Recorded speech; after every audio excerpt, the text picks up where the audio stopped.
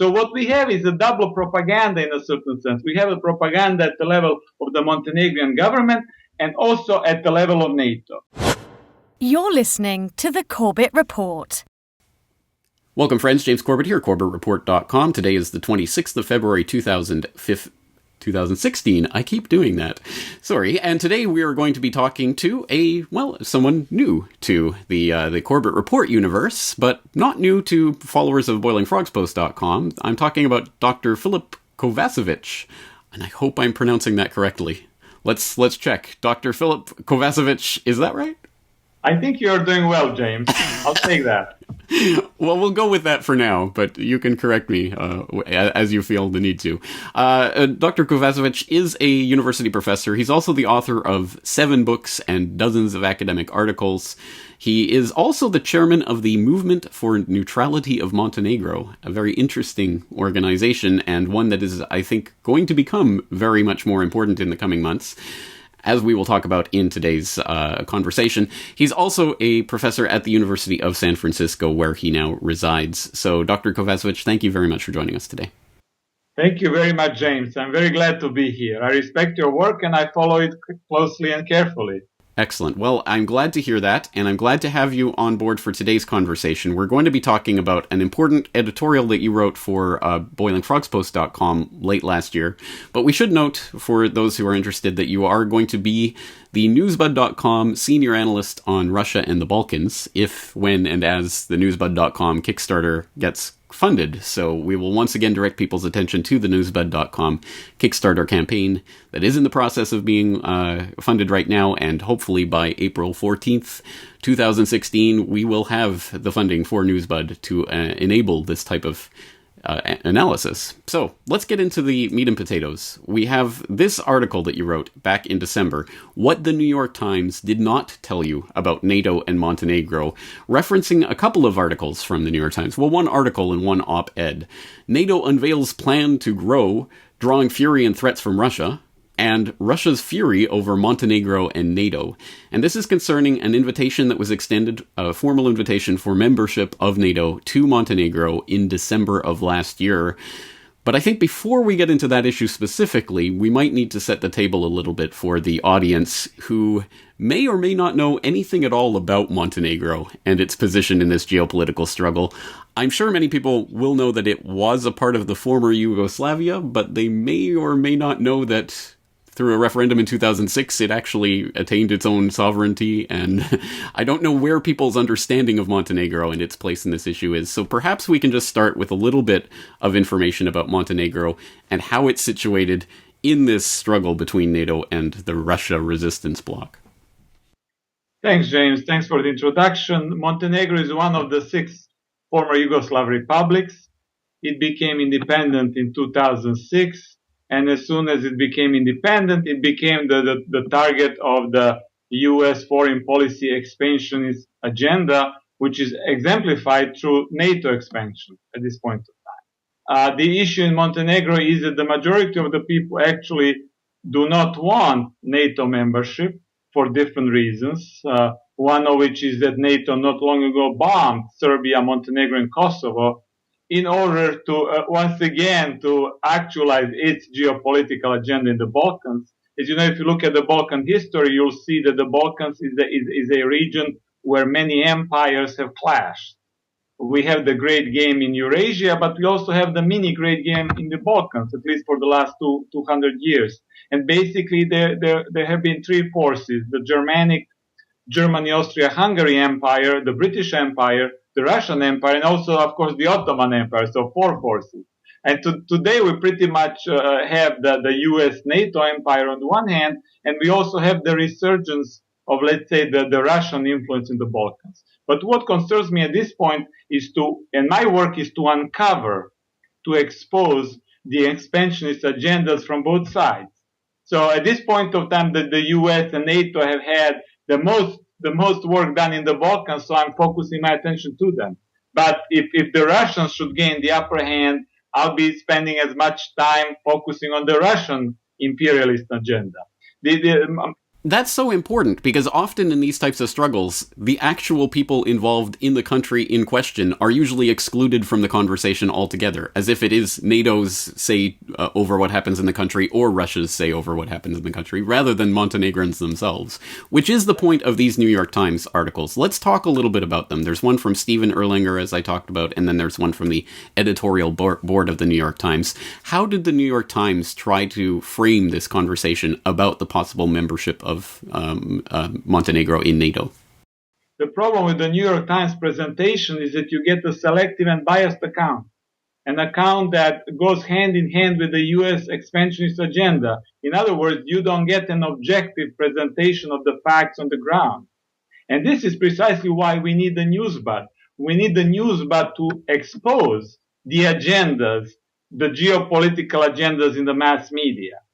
And so what we have in these two articles is the New York Times trying to present you something as a fact, which actually is an interpretation based only on one perspective, the perspective of the United States and NATO. In this presentation, the people of Montenegro, who in the end have to make a decision whether they want to join or not, are completely excluded. In one article, they are mentioned only in half a sentence, and this sentence is false. In other words, Stephen Erlanger, who's a well-known writer for the New York Times, he says that Montenegro is eager to join, whereas in fact the majority of the people in Montenegro are against NATO membership. So we have a clear attempt to mislead, to lie to the US public.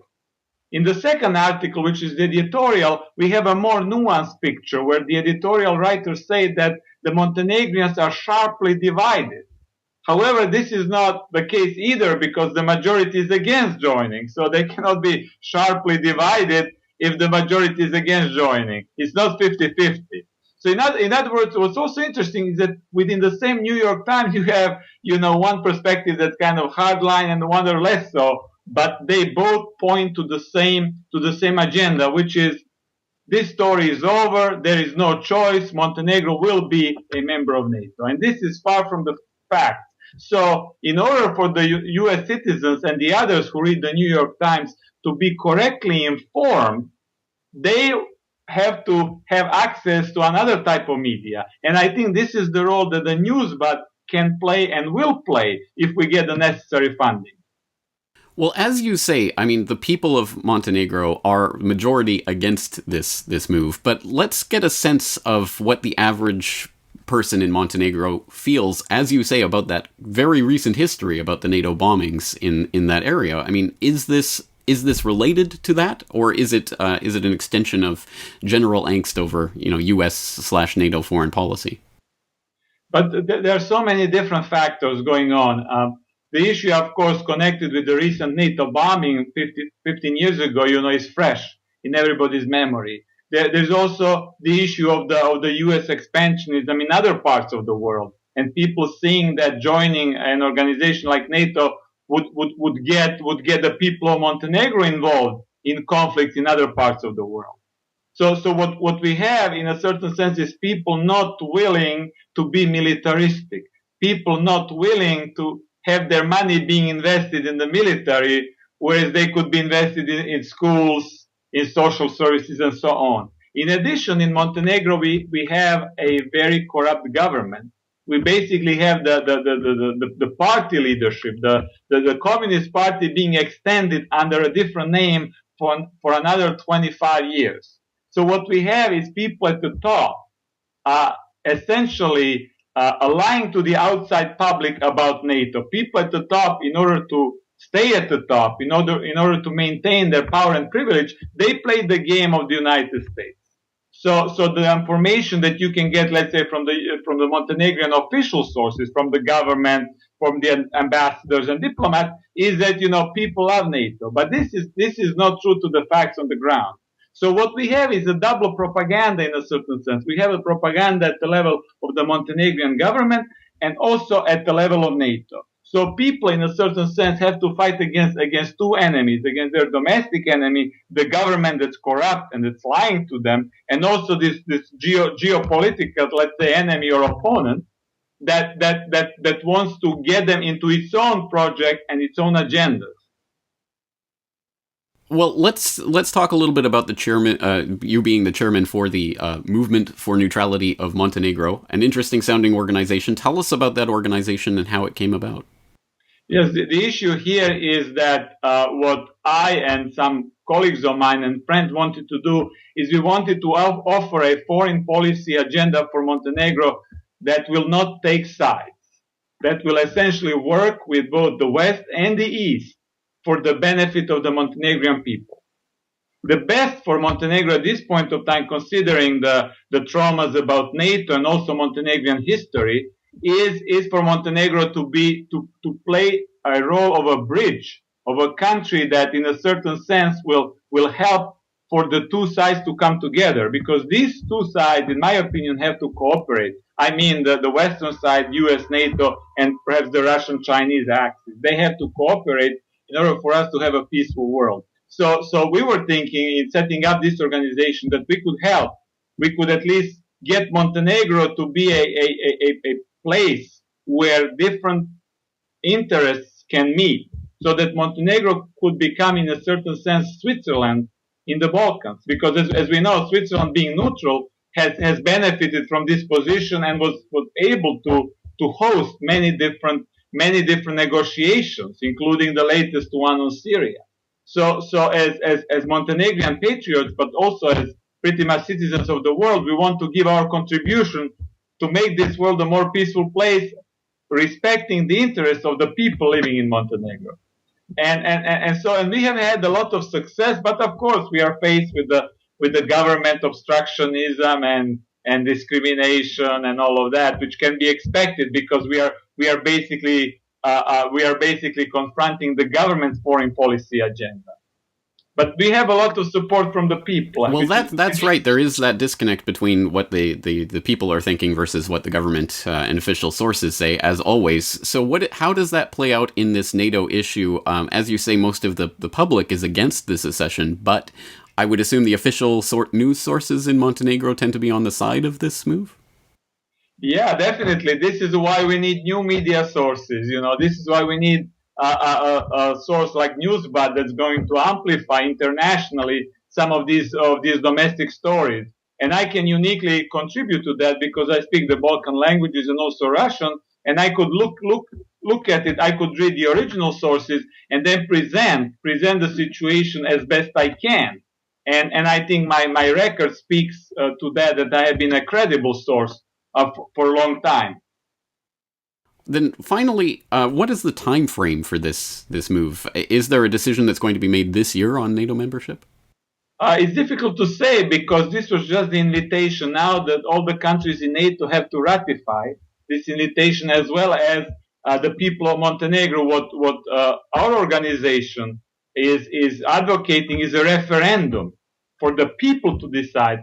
Obviously, the government is against that because they know they don't have the majority. So they'd rather make a decision in the parliament where they can, in a certain sense, coerce the deputies. They can either corrupt them with money or with different kinds of threats and blackmail and get them to vote for the NATO membership. So this process, I think, is not going to go to the end. I think this process is going to be stopped at the level of invitation because people will organize and people will take charge in Montenegro. And also at this point of time, because of the further the further collapse of the situation in Europe, what you have is setting up of two blocks, and people will realize that for Montenegro at this point of time it's best not to take sides.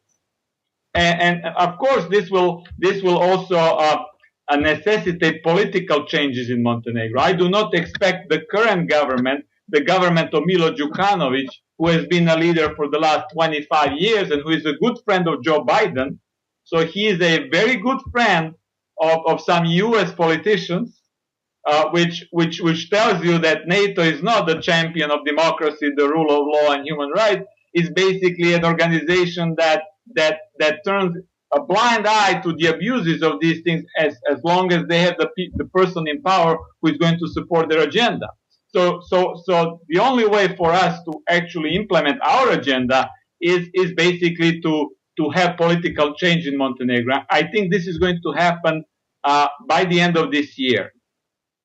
All right, well, it's going to be fascinating to watch the way that this plays out and to see what happens, and obviously we'll be keeping an eye on that. Again, if, when, and as newsbud.com gets launched, what are some of the other issues in that region that you've got your eye on?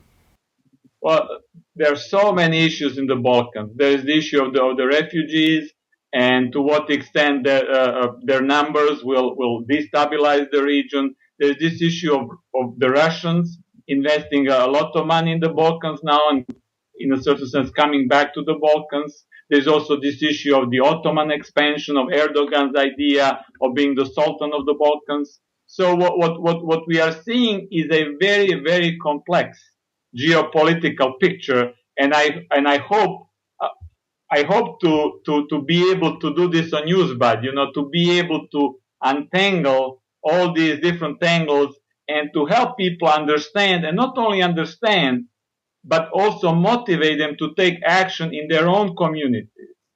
I have always wanted to motivate people to take action. So my work is not only intellectual; it also has this activist component. It's like if we can do something, you can do it too.